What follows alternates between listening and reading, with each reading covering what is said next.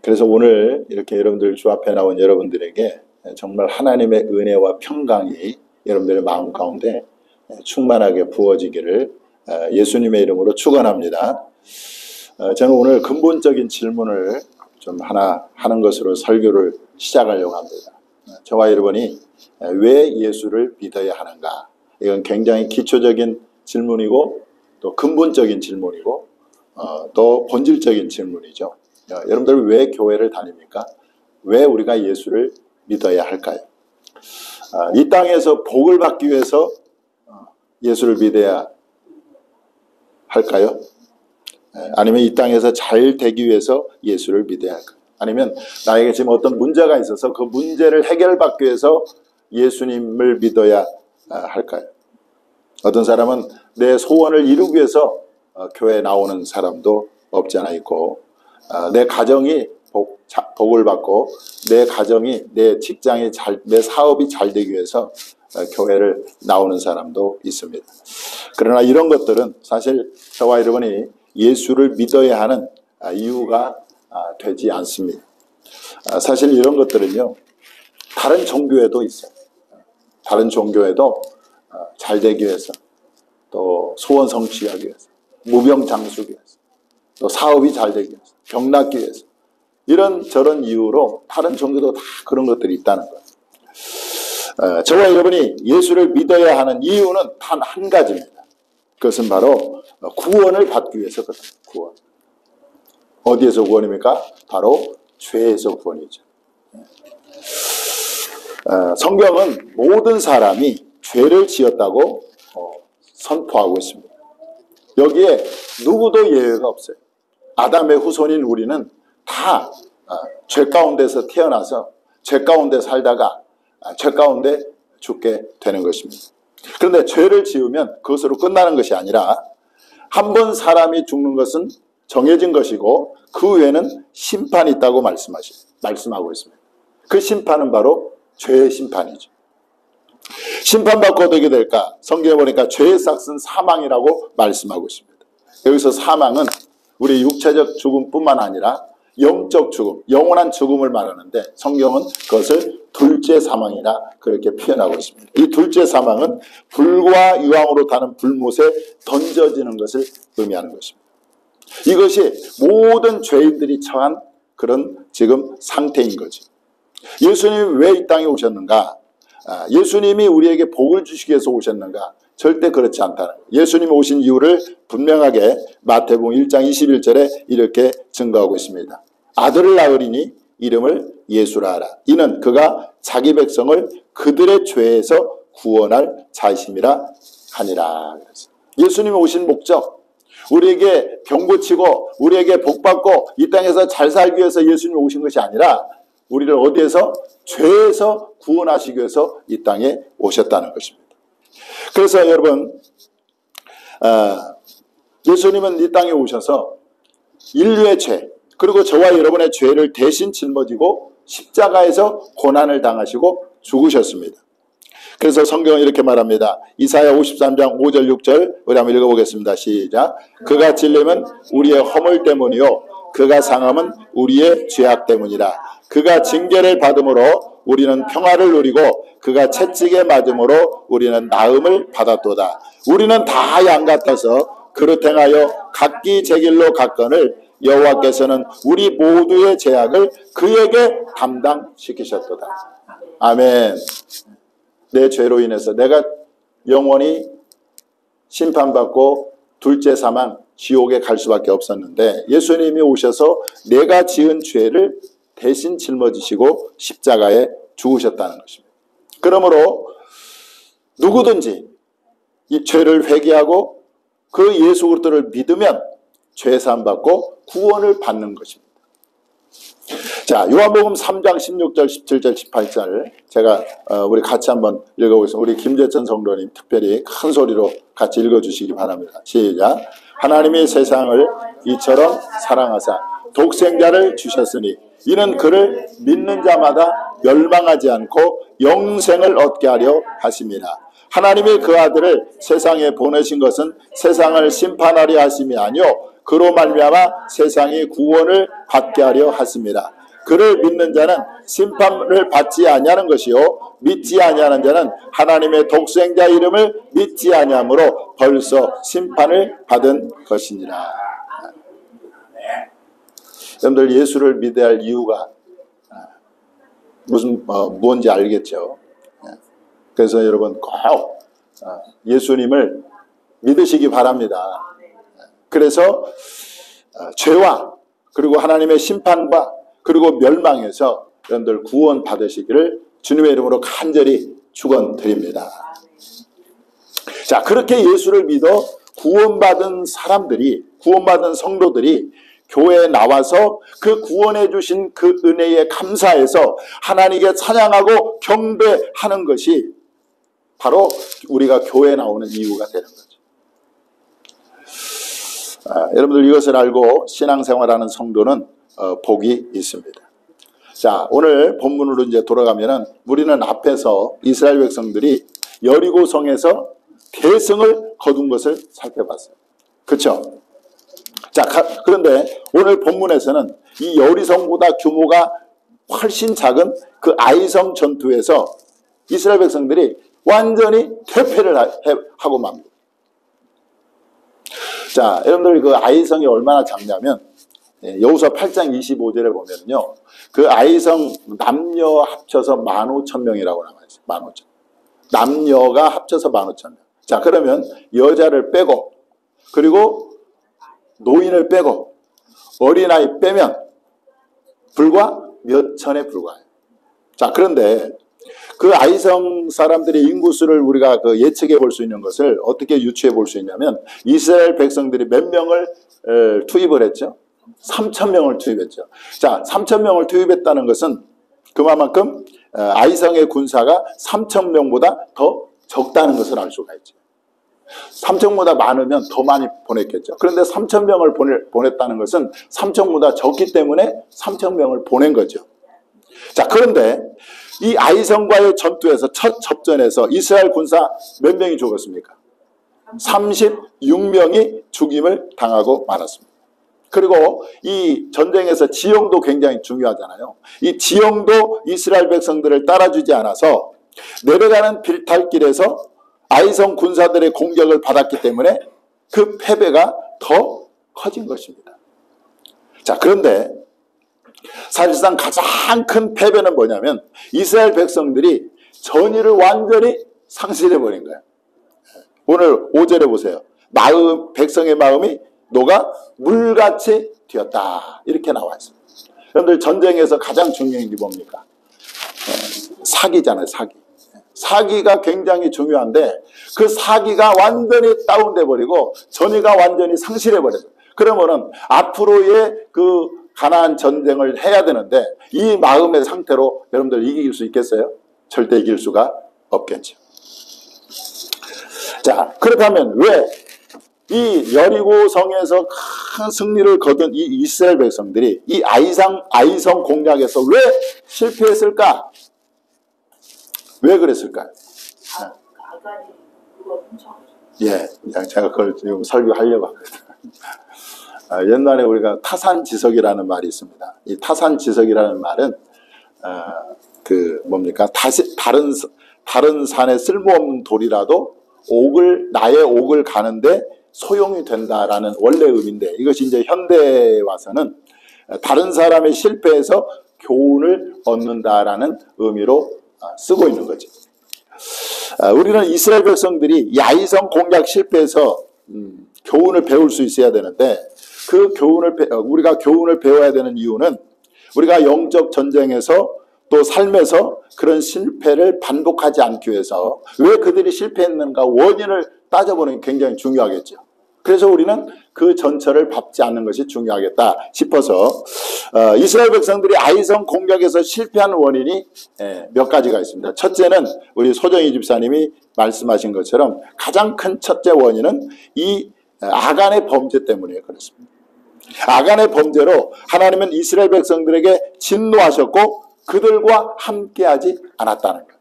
여러분들 이스라엘 백성들이 강했던 것은요, 그들의 군사력이 강한 것이 아니라 하나님이 그들과 함께 했기 때문에 그렇다는 것입니다. 그래서 하나님이 그들과 함께 하셔서 그들을 대신하여 싸웠기 때문에 그들이 강했던 것이지, 하나님이 없는, 하나님이 함께하지 않는 이스라엘 백성들은 그야말로 아무것도 아닌 거예요. 그야말로 미약한 존재에 불과한 것입니다. 그래서요, 하나님이 함께하지 않는 이스라엘 백성들의 진짜 실력이 오늘 본문에 고스란히 노출되어 있습니다. 자, 자기들보다 더 군사력이 적은 그 아이성 앞에서 대패를 했잖아요. 이게 진짜 이스라엘 백성들의 실력이라는 거예요. 이해가 됩니까?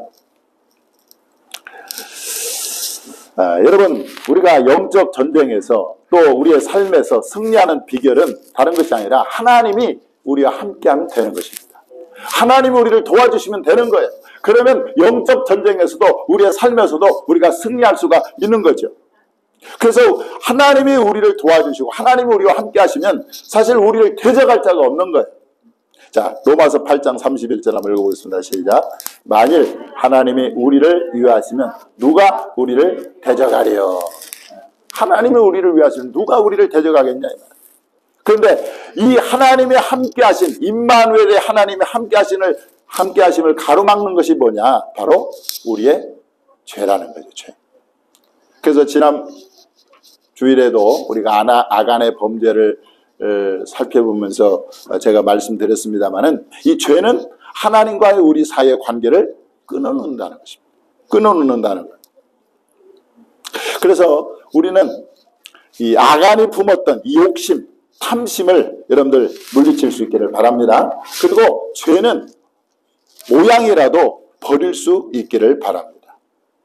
내가 연약해서 만약에 죄를 지었다고 한다면 즉시 회개할 수 있기를 바랍니다. 그래서 하나님의 관계가 막히는 일이 없게 하는 것이 바로 우리가 영적 전쟁에서 또 삶에서 승리하는 비결인 줄 믿으시기 바랍니다. 자, 이스라엘 백성들이 아이성 공략에서 실패한 원인 두 번째로는 이 아이성이 작다고 무시했기 때문에 그렇습니다. 자, 오늘 본문의 3절에 보면 아이성을 정탐한 정탐꾼들이 여호수아에게 뭐라고 얘기하죠? 백성들을 다 올라가게 하지 말고 2-3천 명만 올라가서 아이를 치게 하소서. 그들은 소수이니, 그러면서 모든 백성을 그냥 다 올라가서 수고롭게 할 필요가 없다, 이렇게 얘기합니다. 그래서 여호수아도 이 정탐꾼들의 말을 듣고 3천 명을 이제 보내죠. 그리하여 결국 아이성 공략에 대실패를 가져오고 말았습니다. 자, 그들이 왜 실패했어요? 아이성이 작다고 그를 무시한 거예요. 여러분들 성경에 보면은요, 작다고 무시했다가 전쟁에서 대피한 사람이 나오는데 바로 블레셋 장수인 골리앗입니다. 그는 아낙 자손, 다시 말하면 거인족이었어요. 그래서 키가 몇 센치냐? 2m 83cm입니다. 그게 저보다 하나가 더 있는 거죠. 그런데다가 그는 용사요, 그 다음에 철 갑옷을 입고 칼과 또 방패로 무장을 하고 있었어요. 그런데 자기를 지금 대결하러 나오는, 싸우러 나오는 이 다윗이 막대기를 가지고 나오니까 그를 보고 굉장히 무시하고 업신여겼어요. 그때 당시에 다윗은요 17살입니다. 자, 우리 사무엘상 17장 41절에 이 골리앗이 다윗을 얼마나 무시하고 업신여긴가를 나올 수가 있어요. 한번 보겠습니다. 시작. 그 블레셋 사람이 둘러보다가 다윗을 보고 업신여기니 이는 그가 젊고 붉고 용모가 아름다움이라. 우리 옛날에 그 60년대 70년대 보면 우리 그 김재천 성도님은 알 겁니다. 우리 그 택시나 이런 데 보면 오늘 또 무사히 하면서 그 사무엘인가요? 아, 사무엘. 그것처럼 사무엘이 아주 예쁘게 나오잖아요. 그렇잖아요. 그것처럼 이 다윗도 용모가 아름답다, 이렇게 나와 있어요. 그러니까 이 골리앗이 볼 때 아주 가짜는 거죠. 아주 업신여기가. 그러다가 어떻게 됐어요? 이 다윗이 쏜 물맷돌에 이막에 박혀가지고 완전히 그 자리에서 쓰러지고 말았습니다. 그래서 다윗이 달려가서 이 골리앗의 장군의 칼을 빼가지고 그 목을 베가지고요. 이 골리앗은 다윗이 작다고 무시했다가 그야말로 자기의 목숨을 내놓는 그런 실수를 범하고 만 것입니다. 1986년도 미 항공우주국이 있잖아요. 나사. 이 나사에서 발사한 이 우주 왕복선 챌린저호가 발사된 지 75초 만에 공중 폭발을 했습니다. 이 사고로 그 챌린저호에 타고 있던 우주 비행사 7명이 그 현장에서 사망을 했는데, 이 챌린저호 폭발 원인을 이제 분석해 보니까 오링이라고 하는 이 연료 탱크 고무 마개가 제대로 작동이 되지 않았기 때문에 그렇게 폭발이 일어난 것입니다. 그 작은 고무 마개 하나를 소홀히 취급해 가지고 결국 이러한 엄청난 비극을 초래하게 되었던 것입니다. 그래서 여러분, 우리가 작다고 무시하면 돼요, 안 돼요? 안 되는 거예요. 그래서 성경에 보면은요, 이 작은 거에 대해서 굉장히 경계하는 말씀이 굉장히 많아요. 우리 한번 보겠습니다. 자, 스가랴 4장 10절에 보면 작은 일에 날이라고 멸시하는 자가 누구냐? 이렇게 하나님이 말씀하고 있죠. 또 전도서 10장 1절에 보면 죽은 파리가 향기름으로 악취가 나게 하는 것 같이, 죽은 파리 작은 하나가 향기름을 악취가 나게 한다는 거예요. 그러니까 적은 우매가 지혜와 존귀로 패하게 하느니라 말씀합니다. 또 갈라디아서 5장 9절에 보니까 적은 누룩이 온 덩이에 퍼지느니라 말씀하고 있고, 아가서 2장 15절에 보니까 우리를 위하여 여우 곧 포도원을 허는 작은 여우를 잡으라. 항상 그래서 모든 문제는요, 어디서부터 시작돼요? 작은 것부터 시작된다는 것입니다. 그래서요, 이 죄도 시작은 작은 거에서부터 시작돼요. 그래서 그 죄가 점점 커져가고 큰 죄가 되는 것입니다. 우리 옛날에 바늘소득이 소도둑 된다는 말이 있지 않습니까? 그래서 작다고 무시하지 말고 여러분들 우리는 경계하고 또 경계해야 될 줄 믿으시기 바랍니다. 자, 그 다음에 이 이스라엘 백성들이 아이성 공략에서 실패한 원인이 세 번째로는 승리 뒤에 그들이 자만에 빠졌기 때문에 그래요. 여리고성을 다 그냥 그 큰 성을 함락을 시키니까 이제 그들이요 기고만장이 된 거예요. 자만에 빠져버린 거예요. 그래가지고요, 이제 이 아이성 같은 작은 성은 아주 자기들이 생각할 때 쉽게 이길 것이라고 그렇게 생각을 한 것입니다. 그래서 이 정탐꾼의 말에 그들이 얼마나 자만한가를 잘 보여주고 있죠. 한번 3절을 다시 한번 읽어보겠습니다. 시작.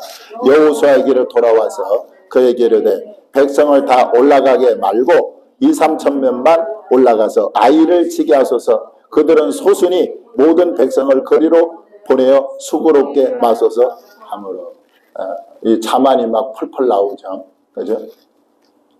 여러분들 진짜 위기는요 언제이냐면 큰 승리 뒤에 있습니다. 진짜 위기는요 큰 승리 뒤에 있다는 거예요. 사람이 큰 승리 뒤에 보통은 방심하기 마련이고, 사람은 큰 승리 뒤에 거만하기 쉽기 때문인 것입니다. 그래서 사람이 넘어질 때 언제 넘어지느냐, 언제 죄짓느냐, 바로 큰 승리 뒤에 넘어지기도 하고 죄를 짓기도 하는 것입니다. 엘리야 선지자는요 갈멜산에서 바알 선지자와 아세라 선지자 850명과 850명의 일로 대결을 해서 어떻게 했어요? 큰 승리를 거뒀죠. 그 승리 뒤에 이 엘리야 선지자는요 크게 낙심이 돼가지고 노뎀나무 아래 누워가지고 죽기를 고했던 그 모습을 우리가 성경에서 찾아볼 수가 있어요.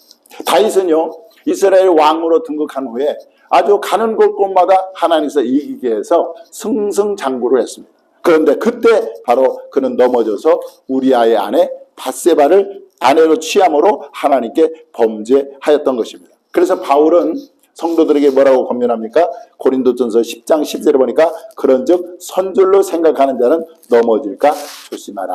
그렇게 말씀하고 있습니다. 여러분들 큰 승리를 거두었습니까? 아니면 정말 잘 나가고 있습니까? 아니면 형통하고 있습니까? 그때가 가장 위기임을 알고 하나님 앞에 바짝 엎드릴 수 있기를 바랍니다. 큰 승리 뒤에 사실은 그때가 더 하나님의 갑절의 은혜가 필요한 때가 바로 그때예요. 왜냐하면 우리는 본성적으로 자만하기 쉽고 또 죄짓기 쉽기 때문에 그렇습니다. 자, 이스라엘 백성들이 아이성 공략에서 실패한 원인 네 번째로는 그들이 하나님을 의지하지 않고 자기 힘을 의지했기 때문에 그렇습니다. 자, 오늘 본문 2절에서 5절을 자세히 보세요. 거기에 하나님이 나옵니까? 안 나옵니까? 하나님이 안 나와요. 하나님이 빠져 있어요. 그래서 여호수아와 이스라엘 백성들은 자기들의 힘만 믿고 아이성을 공략한 거죠. 그래서 그들은요 3,000명의 군사력이면 충분하다고 생각을 했습니다. 그런데 그 결과는 대참패였다. 여러분들 예수님의 수제자가 누구죠? 베드로죠. 우리 김재천 성도님이 베드로 나오니까 굉장히 반가웠던 그 베드로. 근데 베드로가요 예수님을 3번 부인합니다. 물론 그 뒤에 그가 회개하고 돌이켰지만 그는 크게 넘어졌죠. 실족했습니다. 그러나 이 사도 바울은 예수를 만난 이후로 한 번도 넘어지거나 실족한 일이 없이 끝까지 자신의 믿음을 지켰어요. 자, 그 차이가 어디에 있을까요, 여러분? 그것은 그들의 신앙 고백에서 발견할 수가 있어요. 베드로는 뭐라고 신앙을 고백하고 있습니까? 호언장담했죠. 베드로가 자 마가복음 14장 31절 베드로가 힘있게 말하되 내가 주와 함께 죽을지언정 주를 부인하지 않겠나이다.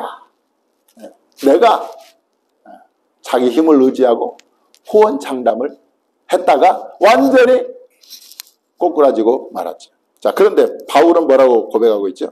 내게 능력 주시는 자 안에서 내가 모든 것을 할 수 있느니라. 베드로의 고백은 내가 하겠다는 거고 사도 바울은 내게 능력 주시는 자 안에서 하겠다는 거. 이게 차이인 것입니다. 내가 하겠다고 하는 이 베드로는 신앙에서 크게 넘어지고 실패했지만 이 바울은 내게 능력 주신 자 안에서 내가 모든 것을 할 수 있다고 함으로써 하나님을 의지함으로 그는 끝까지 믿음을 지키고 승리할 수가 있었다는 것이죠. 우리가 이제 찬송가 585장에 보면 그게 이제 내주는 강한 성이요인데 이것을 작곡한 사람이 바로 루터입니다. 루터는 이 거대한 로마 카톨릭과 상대해서 이제 종교 개혁을 일으켜가지고 승리로 이끌었지 않습니까? 그런데 그가 승리할 수 있었던 이유는 그의 그 찬송가 가사 속에 잘 녹아져 있어요. 그가 뭐라고 고백합니까? 내 힘만 의지할 때는 패할 수밖에 없도다. 내 힘만 의지할 때는 패할 수밖에 없도다. 힘 있는 장수 나와서 나를 대신하여 싸우네. 이 장수 누군가? 주 예수 그리스도 만군의 주로다. 당할 자 누구랴? 반드시 이기리로다. 그러니까 이 루터가 종교개혁을 승리할 수 있었던 것은 바로 자신의 힘을 의지하지 않고 예수님을 의지하고 하나님을 의지했기 때문에 그가 종교개혁을 승리할 수 있었다는 것입니다. 여러분, 이 영적 전쟁과 삶에서 승리하는 비결은 바로 자신의 힘을 의지하지 않고 하나님을 의지할 때 우리가 승리하게 될 줄 믿는 것입니다. 자, 잠언 3장 5절에서 7절 말씀 한번 읽어보겠습니다. 시작. 너는 마음을 다하여 여호와를 의리하고 내 명철을 의지하지 말라. 너는 범사에 그를 인정하라. 그리하면 내 길을 지도하시리라. 스스로 지혜롭게 여기지 말지어다. 여호와를 경외하며 악을 떠날지어다. 할렐루야. 마음을 다하여 여호와를 의리하고 내 명철을 의지하지 말라. 내 힘을 의지하지 말라. 내 지혜를 의지하지 말라.